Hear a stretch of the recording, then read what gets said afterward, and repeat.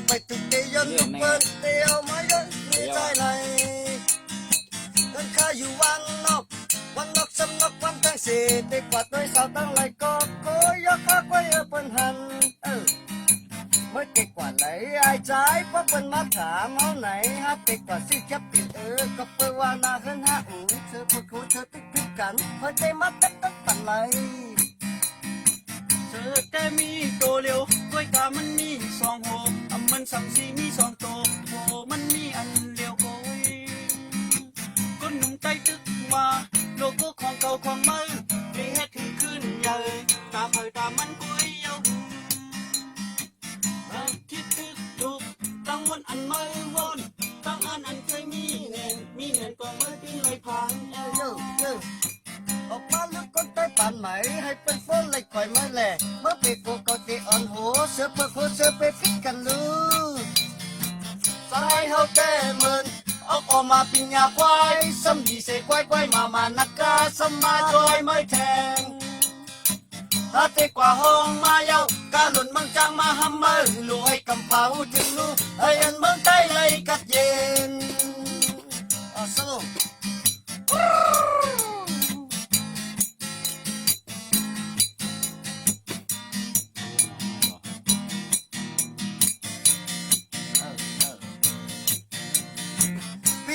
เฮินคาเหมือนเป็นมีรถกันเย่ใหญ่ไปตุกเตยอนลูกเปิ้ลเตยเอามาเฮ็ดเมใจไหลเอินใครอยู่วันนกสำนกวันทั้งสี่เตะกวาดด้วยสาวตั้งไหลก็โคยกข้าควยเปิ้นหันอะไรไอ้ใจเพราะเปิ้นมาถามเฮาไหนถ้าเตะกวาดซื้อแคปตินก็ปือว่านาเฮินฮะเจอพวกหัวเจอติ๊กกันเฮ้ยเตะมาตับบันไหลเธอแต่มีตัวเร็วกล้วยกามันมีสองหัวมันสังสีมีสองตัวโหมันมีอันเลี้ยวโกยก้นหนุ่มใต้ตึกว่าโลโก้ของเก่าของใหม่ได้เฮ็ดถือขึ้นใหญ่ตาเผยตามันกล้วยเยาหือ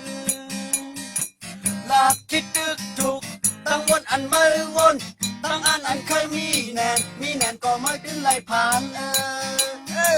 ออกมาลึกก้นใต้ป่านไหมให้เป็นต้นไหลคอยมาแหล่เมื่อปีกโบเก่าเตออนโหเสือฝึกหัวเสือไปพิกกันลือ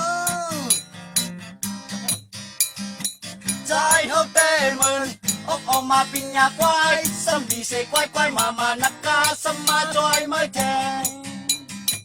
อาเกกว่าห้องมาเย้ากาหนุนเมืองจังมาฮัมเมอร์ลูให้กำเป๋าถึงลูไอ้อันเมืองใต้เลยกัดเย็นสโล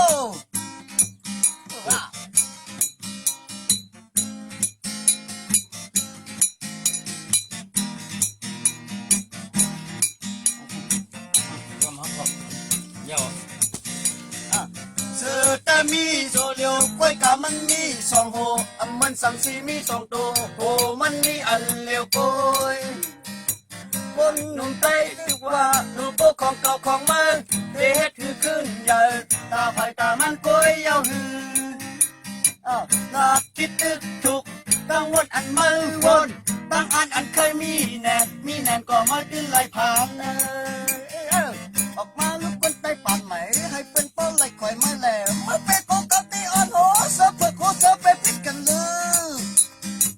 ใจเฮาแต่เหมือนออกมาปิญญาควายซ้ำดีเสกควายมานักกาสมาจอยไม่แท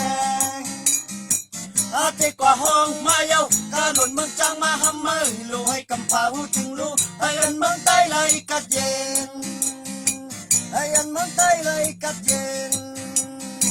ไอ้อันเมืองใต้เลยกัดเย็น